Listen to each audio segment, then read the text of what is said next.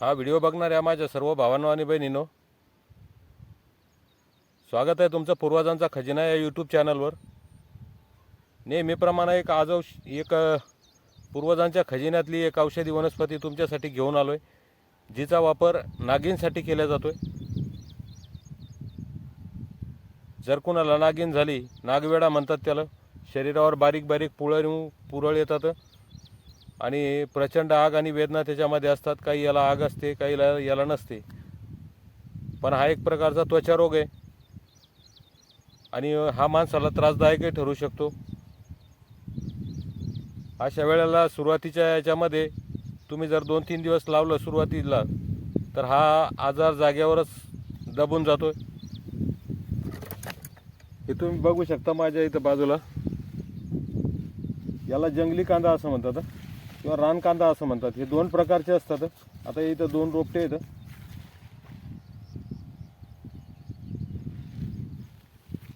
याच्या पानं अशा प्रकारचे आहेत।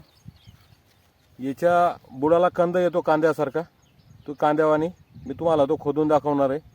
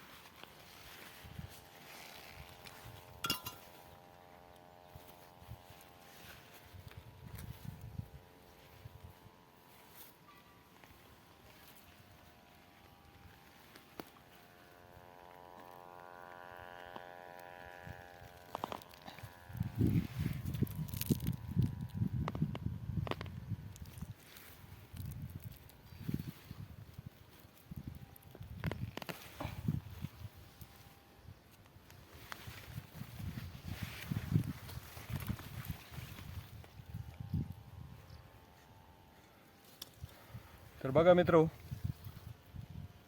अशा प्रकारचा एक कांदा आहे। अशा प्रकारचा याचा कंद निघतो।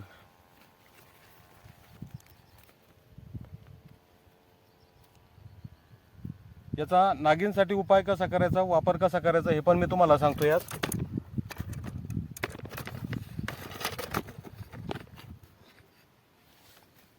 पूर्वीपासून या वनस्पतीचा वापर होत आला नागिनसाठी सारख्या आजारावर। तर मित्रो,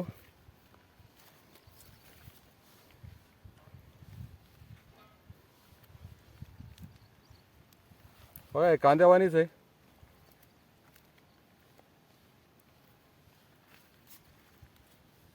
कांद्यासारखे ज्याच्यावर पण असे थर असतात, आपला कांद्यासारखे पण हा चिकट असतो खूप।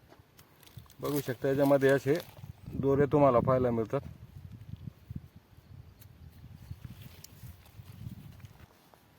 आपण याला परत लावून देऊ मित्र। या कांद्याचा उपाय मी तुम्हाला सांगणार आहे। मी याला पहिले लावून देतोय परत, कारण कुठल्याही वनस्पतीला आपण नष्ट करत नाही, हा परत लागतो। याला औषधामध्ये वापरलं जातं। नागिनसारख्या आजारावर या कांद्याचा चांगला उपयोग होतोय। जवळपास 4 ते 5 दिवस हा उपयोग करावा लागतो, उपाय करावा लागतो। आणि एवढा कांदा त्याच्यासाठी पुरेसा आहे। थोडीशी एक चकती काढून घ्यायची, याची एक फोड काढून घ्यायची, पांढरी माती घ्यायची जराशी, त्या पांढऱ्या मातीमध्ये हा कांदा वाटायचा आणि पांढऱ्या मातीमध्ये कालवायचा, चांगला वाटून घ्यायचा पांढऱ्या मातीमध्ये।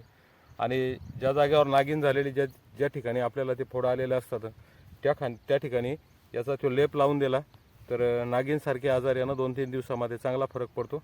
4-5 दिवसामध्ये संपूर्णपणे बरं होतं। अशी जबरदस्त औषधी आहे मित्रो।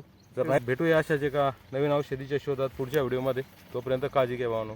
व्हिडिओ आवडला असेल तर एक लाईक करा, चॅनलवर नवीन असाल तर सबस्क्राईब करा, व्हिडिओ जास्तीत जास्त शेअर करा।